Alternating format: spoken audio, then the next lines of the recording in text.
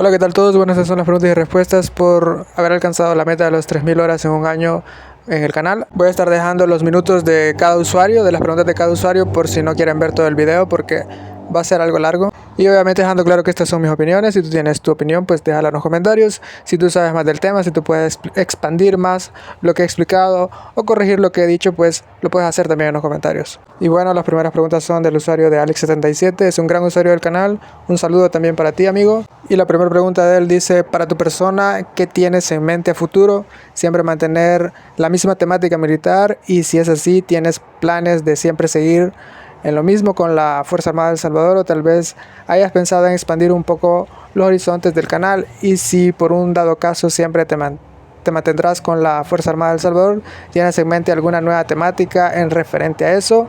Algo como historias inéditas o alguna hipótesis, como dicen ahora, un what if. Bueno, el canal al principio iba a ser solo de los grados o rangos de diferentes Fuerzas Armadas, pero se fue expandiendo a más temas, aunque en su mayoría de la Fuerza Armada. Por ahora he probado de vez en cuando con algún tema diferente, aunque la mayoría de mis videos siguen girando en torno a la Fuerza Armada de El Salvador.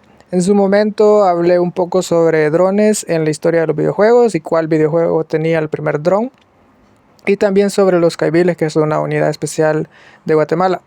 No descarto tocar en un futuro otras Fuerzas Armadas, pero soy cuidadoso con eso porque no me gusta dar información errónea. Trato de documentarme lo mejor posible, y aunque me puedo equivocar, siempre intento que sea lo menos posible. Y los videos what if me parecen interesantes. No son mi estilo principal, pero entiendo que a la gente le gustan, y probablemente no descarto hacer alguno más adelante si se da la oportunidad.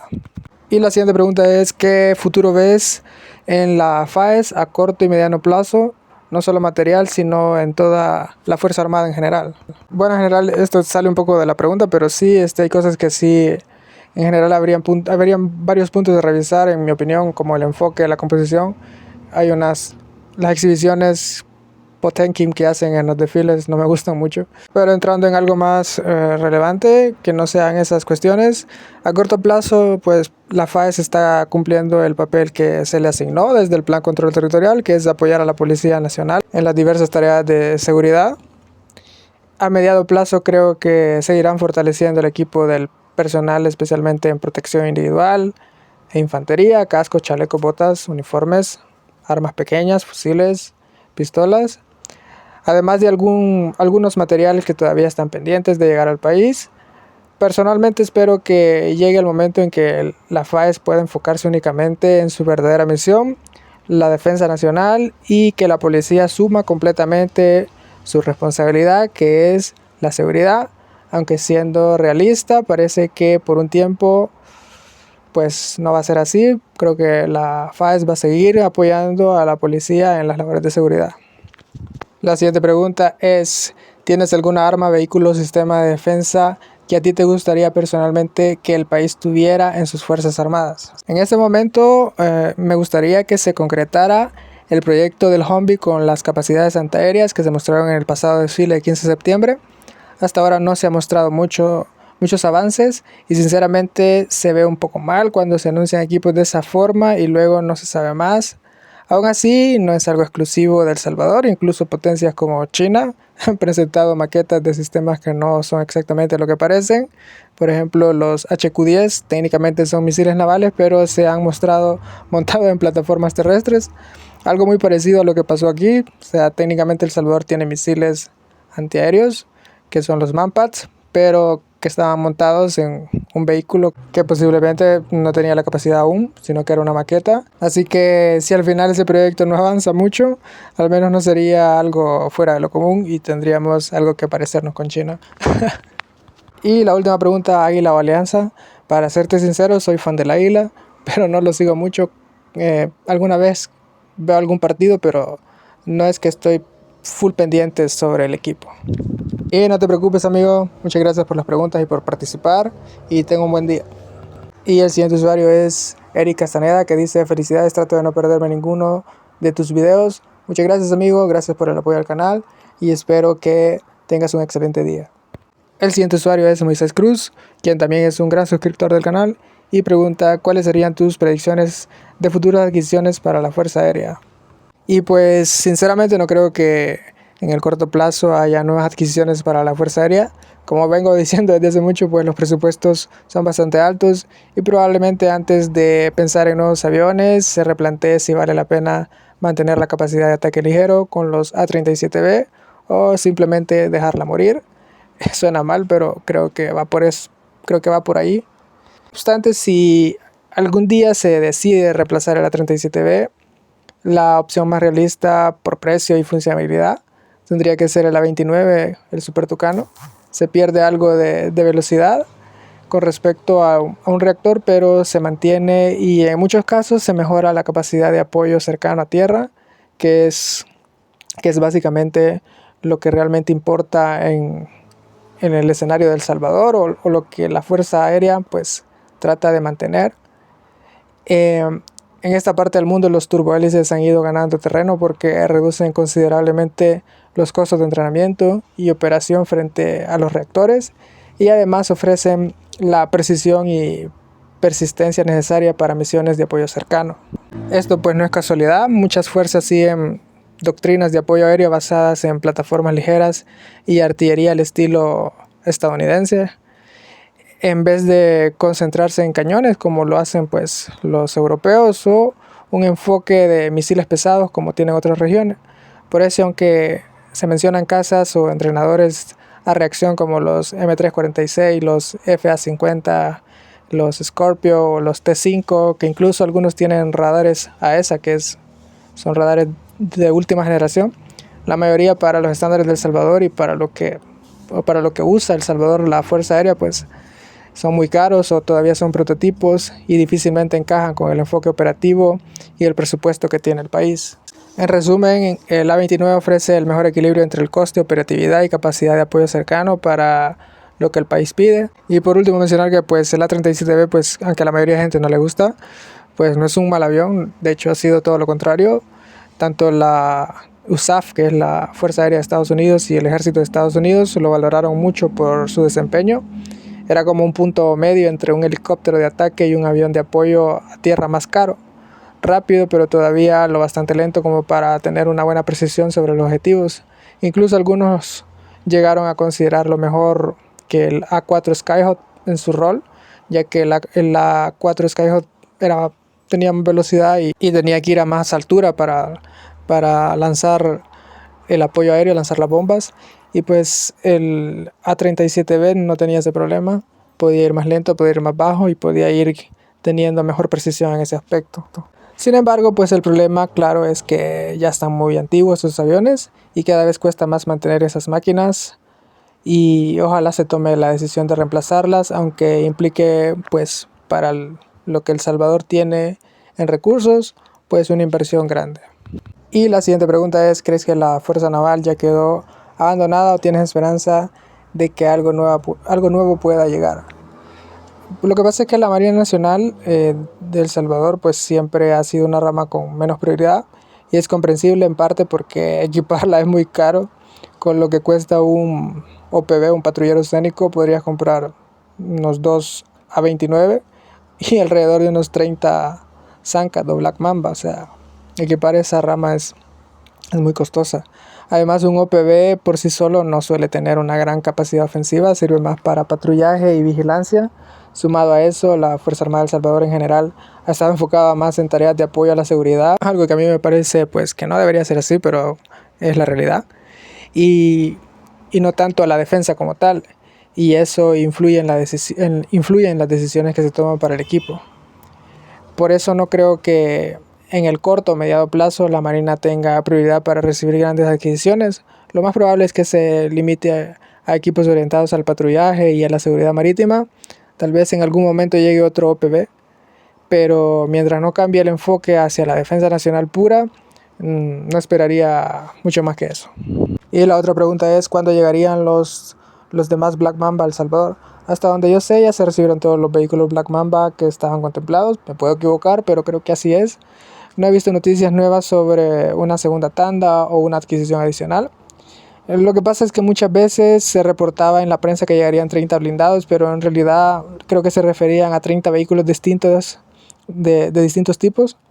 no solo blindados, en ese grupo se incluían los Yagu, los Black Mamba, los Hurricane, los Polaris, así que no, de momento no parece que haya más Black Mamba pendientes para llegar. Gracias por la pregunta, amigo, que tengas un excelente día. Y el siguiente usuario pues es René Hernández 3053 y hace la pregunta, no sé si ya lo respondiste, pero hay pruebas de que los blindados Hurricane hayan llegado al país, porque creo que la prensa y el internet en general se equivocan en llamarlos así cuando se refieren al BMC Buran turco, pero siempre mencionan Hurricane como blindado salvadoreño. La realidad es que este tema es bastante complejo. En realidad sí son vehículos Hurricane, hasta donde yo tengo entendido, pero no el modelo de la empresa WBA, que está en México, que es una empresa alemana que está radicada en México, sino una versión israelí fabricada por Carmor, que data aproximadamente del año 2009. Todo el asunto se complica porque en internet muchos medios y páginas suelen confundirlos con el BMC Buran de Turquía y no es descabellado pensar que existía una relación porque el Hurricane de Carmor apareció en el 2009 mientras que el de Buran es de 2019. Así que una posibilidad es que el modelo turco sea una versión fabricada bajo licencia o inspiración del diseño original. Aquí te dejo las imágenes para que lo puedas ver, se parecen bastante. Ahora, según la información que he podido reunir, los vehículos llegaron desde México, lo que hace pensar que alguna empresa mexicana pudo haberlos tenido en stock y los vendió a El Salvador. Sin embargo, también hay reportes de personas aquí en El Salvador que aseguran haber visto tableros e instructivos en turco, lo que abre otra hipótesis que tal vez se trató de una venta indirecta o camuflada desde Turquía, posiblemente a través de un intermediario. Lo cierto es que ambos modelos, el Hurricane israelí y el Buran turco, son muy parecidos, casi idénticos en la estructura. La diferencia más visible está en los detalles del frontal. Los vehículos salvadoreños no llevan el logo BMC, igual que los Hurricane originales de Carmor. Por eso personalmente creo que son Hurricane de Carmor y no los Buran de Turquía, aunque reconozco que el tema todavía necesita más investigación, sobre todo para aclarar ese detalle de los manuales turcos. Gracias por la pregunta, amigo, que tengas un buen día. Y el siguiente usuario es otro gran usuario del canal, que es Enrique Hernández R3Z. La primera pregunta es, ¿crees que tener una tercera versión del BCTA, creo que es el BCTA 2, con un cañón más grande estaría bien, ya sea 25 mm, 90 mm y 105 mm? La idea de tener una tercera versión de este blindado que se hizo aquí en El Salvador con un cañón más grande entre 25 mm, 90 mm, incluso 105 mm, sería interesante. En teoría ya existe un proyecto de adaptar la torreta de los Panhard a los BCTA-2, te dejo la imagen aquí. Y para nuestra región un cañón de 90 mm sigue siendo perfectamente útil. Puede que para potencias mayores resulte limitado, pero para El Salvador y los blindados de nuestros vecinos es una capacidad bastante respetable, ya que los únicos que podrían tener cierta resistencia en ese calibre serían los de Nicaragua, pero no compartimos frontera con ellos. Sin embargo, más allá del blindaje, creo que deberíamos pensar en capacidades tecnológicas propias, no tanto en fabricar blindados o fabricar munición como tienen en Sudamérica.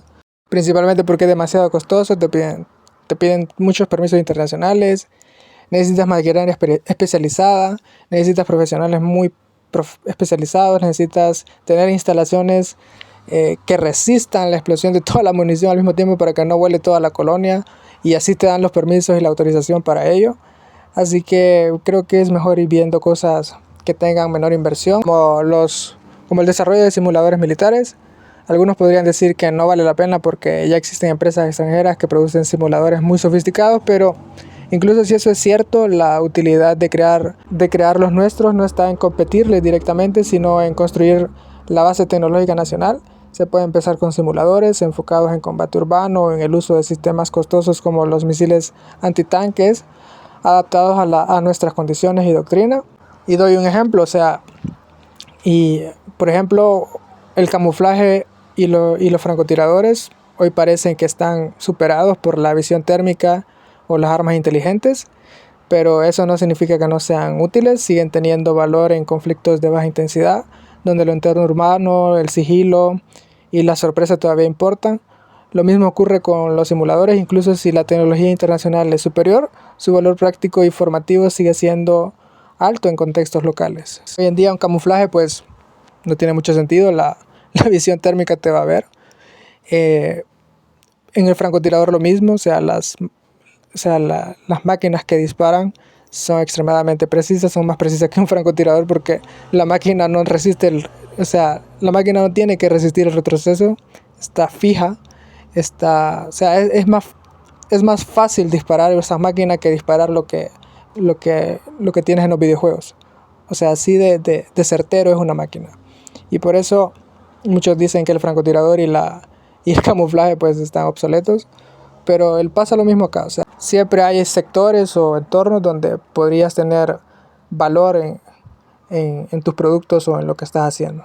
Además, este tipo de proyectos pues servirían como punto de partida para desarrollar electrónica aplicada y sistemas nacionales. Eso fue lo que hizo Estonia con su dron terrestre de MIS, que comenzó con una base tecnológica pequeña y hoy tiene ventas internacionales. Claro, para embarcarse en algo así habría que blindarlo jurídicamente con leyes que garanticen su continuidad más allá del cambio de gobierno, porque los proyectos tecnológicos requieren visión a largo plazo. El mayor obstáculo no sería el talento, hay ingenieros y programadores capaces. La Universidad Don Bosco, por ejemplo, tiene buen personal en ese aspecto. Y aunque costara un poco conseguir el personal, pues, como digo, la Universidad Don Bosco tiene, hasta donde yo tengo entendido, tiene buenos ingenieros.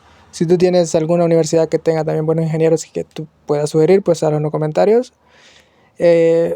Obviamente esto no estuviera pasando si tuvieras un personal muy capacitado, si hubieras hecho lo que sugirió un asesor alemán al Ministerio de Educación en El Salvador hace como 20 años, allá por el 2005, de suspender las carreras de ciencias sociales por lo menos durante 10 años y priorizar las carreras de ciencias exactas.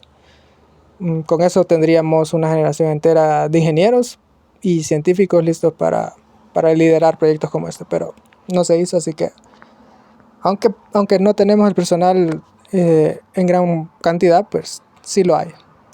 Y lo siento, me salí mucho del tema, pero quería dar también una explicación que creo que es conveniente en ese aspecto. Obviamente esta es mi opinión sobre ese aspecto de los simuladores militares. Si tienen una mejor idea, pues también en los comentarios lo pueden hacer saber. Y la siguiente pregunta es, leí por ahí que se quería comprar hace tiempo unos M113 y ponerles torretas de los AML-90. ¿Sabes algo de eso?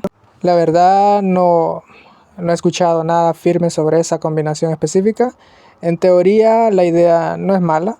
Adaptar un chasis del M113 con una torreta del AML-90 daría movilidad y algo de potencia de fuego por un coste relativamente menor en teoría que comprar vehículos nuevos. Pero creo que si en algún momento pues El Salvador quisiera ir dando un pasito más en comenzar en que sea una industria militar, aunque sea pequeña, creo que deberían ir por esos lados, por la electrónica, luego ir saltando por sensores, y es básicamente la puerta de entrada que están tomando la mayoría de países, integrando pues los sistemas que se tienen ahorita mismo con inteligencia artificial y con electrónica.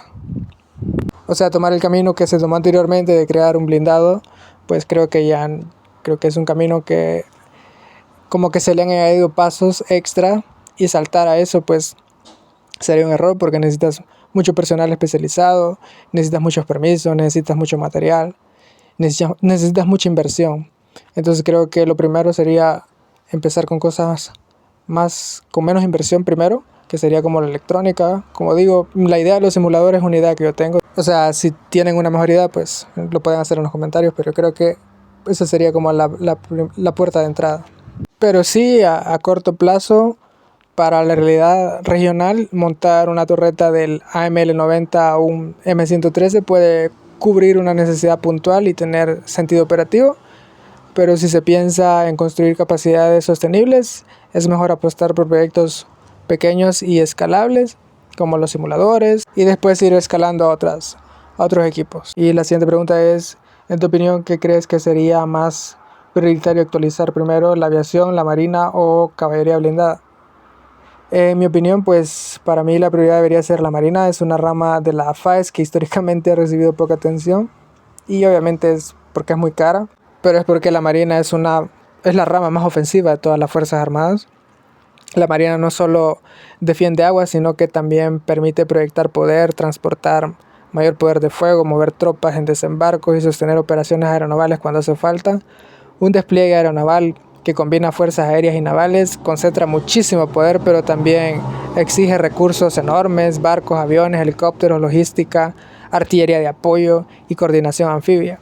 Si se quiere hacer un desembarco exitoso, necesitas barcos que transporten gente y equipo que el transporte aéreo no puede cargar. O sea, no puede transportar ese mismo nivel de volumen. Luego hace falta una cobertura aérea y artillería que proteja las operaciones. Y por eso es que una marina bien equipada es por definición costosa y tiende a ser la rama priorizada por países con ambición de proyección regional o global. En el caso de El Salvador, pues la prioridad no debería ser la seguridad, como lo hacen con los OPB, que es para hacer patrullajes, ni tampoco proyección así tan grande como lo es la marina de los países grandes como Estados Unidos o incluso Colombia, que tienen marinas bastante ofensivas, sino que una marina mínima pero funcional. Después pondría la Fuerza Aérea, más que todo para tener una capacidad más de reconocimiento y apoyo, con los drones que ya se tienen, aviones ligeros y medios de vigilancia que mejoren la inteligencia y la respuesta. Y por último pondría la caballería blindada, la caballería como es el arma del ejército. Es importante, pero en nuestra región las necesidades son más modestas. Movilidad, armas antitanques ligeras y movilidad táctica suelen ser suficiente para enfrentar los equipos regionales, es decir, los C-90, las Minigun y los cañones sin retrocesos de 90 milímetros montados en plataformas ligeras como los Jeep Storm. Además hay un punto práctico que a veces se pasa por alto, y es que las armas del ejército como la artillería, ingenieros y transmisiones están bastante descuidadas, y en términos relativos, entre muchas comillas, equiparlas sería mucho más barato que montar una marina o modernizar por completo la Fuerza Aérea. Mejorar la artillería, sistemas de comunicación y capacidades de ingeniería no tienen la misma espectacularidad de comprar otro nuevo OPV o un avión nuevo, pero aporta capacidades reales y sostenidas a las operaciones y suele dar más retorno por el dinero invertido en corto y mediano plazo. Por último, mencionar que el desarrollo de una Marina Nacional funcional, que no dependa únicamente de disuasión ni se limite a tareas de seguridad interna, debería orientarse más hacia sistemas costeros de radares y vigilancia marítima, drones de reconocimiento y baterías de misiles antibuques, antes que a la adquisición de flotas grandes de embarcaciones tradicionales. Este enfoque permitiría una defensa marítima pues más eficiente y sostenible y acorde al tamaño del presupuesto y a las necesidades reales del país.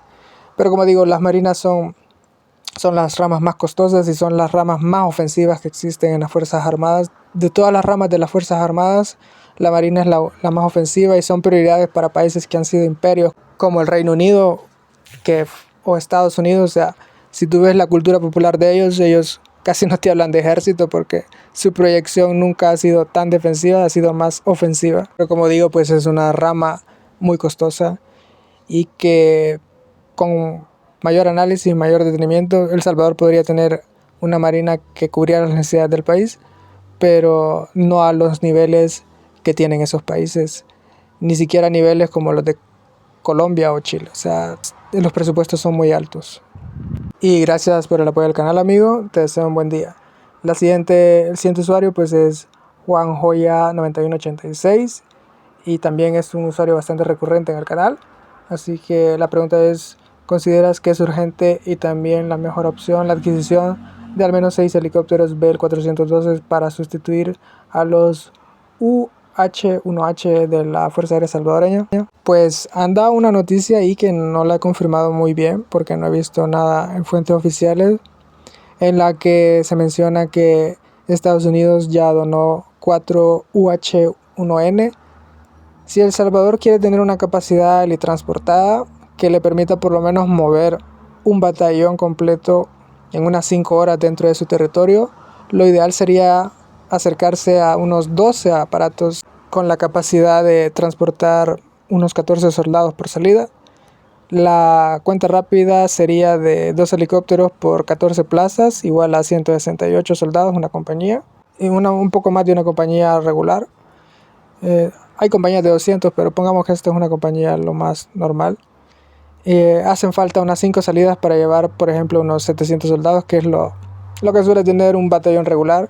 Hay batallones más pequeños de 400 y batallones más grandes que tienen arriba de 1000, pero si un batallón estándar de unos 700 tardaría unas 5 horas con 12 aparatos para ser transportados. Y pues ahora mismo no tengo el inventario exacto, pero según lo que sabemos, hay 4, si esta noticia es cierta, pues hay 4 helicópteros donados de Estados Unidos, unos 2 desplegados en Haití y quizás habrá unos 4 adicionales en el país, lo que dejaría la flota cercana a esa cifra, unos 10 helicópteros, pero si se puede llegar a los 12 pues sería mucho mejor.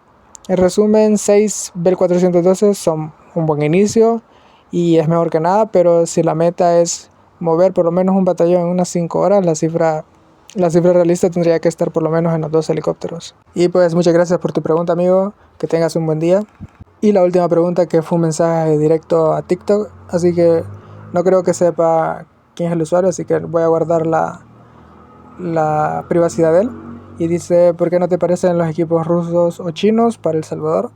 Si no fuera porque Estados Unidos nos sanciona, tendríamos equipos baratos de Rusia o China. Bueno, a mí en lo personal, o sea, no soy un alto mando para estar diciendo qué es lo mejor para la FAES o para la Fuerza Armada.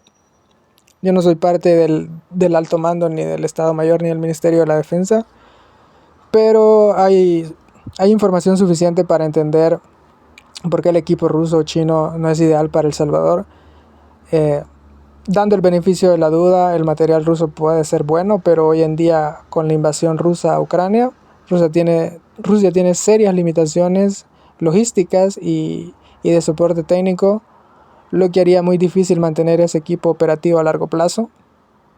En cuanto al material chino, en varios países de Sudamérica hay quejas constantes por el bajo rendimiento o fallas de fiabilidad. Tal vez China sí ofrece soporte, pero el problema está en que la calidad del producto aún no ha alcanzado el mismo nivel de confiabilidad que equipos occidentales. Puede que en el equipo chino eso en el futuro cambie, pero por ahora mantenerse con el material occidental tiene más sentido, especialmente porque ya se conoce, se opera y se mantiene con relativa fiabilidad, lo que reduce el costo de adaptación y el entrenamiento. Y tenemos ejemplos de radares chinos que fallan en Ecuador, los helicópteros Mi rusos en Argentina que están en tierra por falta de soporte, mientras que los Bell norteamericanos siguen volando sin mayores contratiempos. Así que para bien o para mal, el equipo de Estados Unidos puede tener sus defectos, pero al menos cuenta con respaldo logístico y mantenimiento garantizado. Y sobre las sanciones, no es de todo cierto que Estados Unidos bloquee todo. Si realmente se quisiera tener ese equipo, o se hubiera querido tener ese equipo, El Salvador podría haber adquirido equipo ruso o chino en el pasado. El problema no ha sido Estados Unidos en su totalidad, sino la clase política, que históricamente ha dejado el tema de la defensa en último lugar. Y basta con recordar que durante 10 años el país fue gobernado por un partido que se decía antiimperialista y antiestadounidense, y aún así nunca hizo el esfuerzo por comprar material ruso o chino. Si lo hubiera hecho y ese equipo fallaba, al menos se podría decir que lo intentaron, pero no hicieron ni eso. Y bueno, esas son todas las preguntas. Muchas gracias por participar en esta dinámica. Y recuerden que estas son mis opiniones. Si ustedes tienen sus opiniones, pues lo pueden dejar en los comentarios. Y van a estar fijados los tiempos donde está las respuestas de cada usuario. Y sin nada más que decir, muchas gracias por ver el video. Suscríbete, dale like, comenta, comparte. Nos vemos. Hasta la próxima.